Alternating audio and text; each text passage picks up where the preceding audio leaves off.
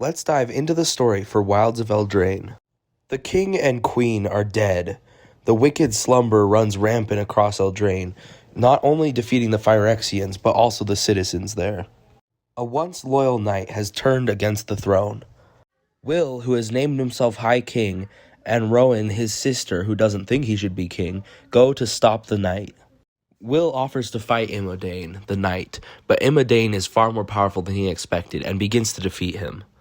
This is when Rowan loses control of her powers. Trying to help her brother, she carves a mountain in half using her fire magic. On another part of the plane, where the wicked slumber has yet to take effect, a boy named Kellen is being bullied. Many believe him to be the son of a fairy. Kellen wishes to learn of his path, and meets Talion, the kindly lord, king of the Fae. Talion says he knows who Kellen's father is, but first Kellen must kill the 3 witches which started the wicked slumber. Rowan wanders the plain of Eldraine.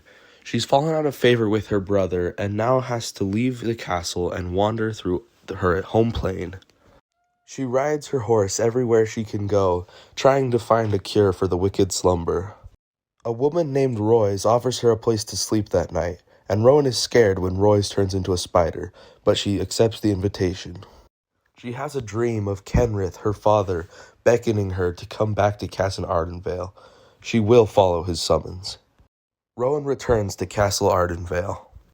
When she arrives, she discovers that the Knights of Ardenvale have all been taken by the wicked slumber and are being controlled to fight against her. She fights her way through the crowd of knights, but is eventually captured. At Castle Ardenvale, she meets Ashiok, who takes her to the leader. The leader is Ariette, one of the witches who started the wicked slumber, and Rowan pledges her loyalty to her. Kellen travels everywhere, asking people if they've seen any witches, but no one says they have. He soon meets a girl about his own age wearing a red hood. He asks her if she's seen any witches, but she cautions him against asking in public to avoid raising suspicion. The girl, Ruby, says that her brother Peter is missing, and she offers to help Kellen with his quest as long as he helps her find her brother.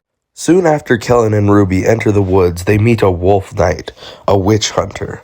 Kellen tries to use the swords that Talion gifted him, but he doesn't know how to work them yet, and he proves useless in the fight. They manage to escape and soon find themselves at the home of a witch. The witch is preparing a cauldron to cook somebody. Kellen rushes into the hut, and before the witch can react, he throws her into her own cauldron, boiling her alive. The person the witch was going to cook was Imodain, the knight. Kellen and Ruby free her, but then the wolf knight catches up. The wolf knight doesn't hurt them, though, and reveals that he is Peter, Ruby's brother.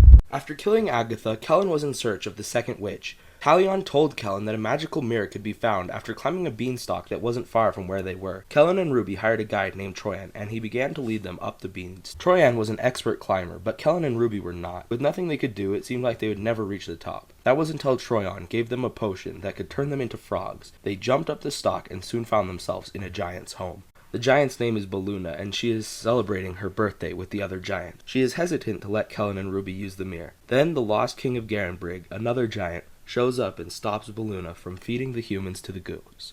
King and Baluna allow Kellen and Ruby to see the mirror. They reach the magic mirror and try asking how to find Hilda, but it doesn't answer. Baluna tells them that for the mirror to tell them something they don't know, they need to tell the mirror something it doesn't know. Troyan tells the mirror he is from a different plane, not from Eldraine. Kellen and Ruby are shocked by this news, but the mirror tells them what they need. Kellen's quest continues as he goes off to confront the second witch. They found out the whereabouts using the magical mirror, and now they're off to confront Hilda in her ice castle. Ruby's brother warns her that very few people return from Hilda's ice castle, and are frozen until they're dead. He warns her that as soon as she can't feel her nose, she should turn around.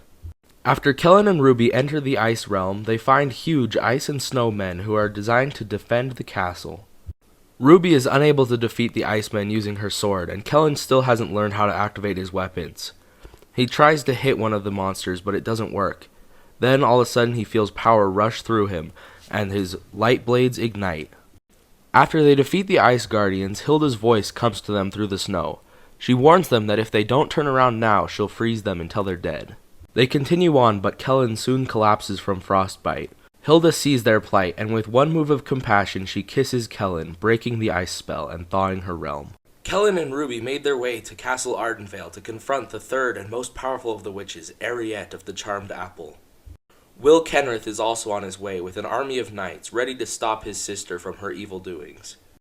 The castle is well protected by sleeping knights that are being controlled by Ashiok. The battle begins and Rowan attacks her brother. They're fighting and Rowan seems to have the upper hand.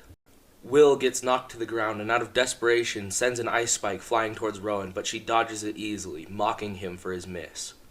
Will just laughs because he knows he didn't miss. He instead struck Ashiok straight in the chest, and she is forced to planeswalk away to avoid dying. Without Ashiok around, they are unable to control the sleeping knights, so their entire army is compromised. Rowan bows before Will, and Ruby captures Ariette. Kellen returned happily home to his mother.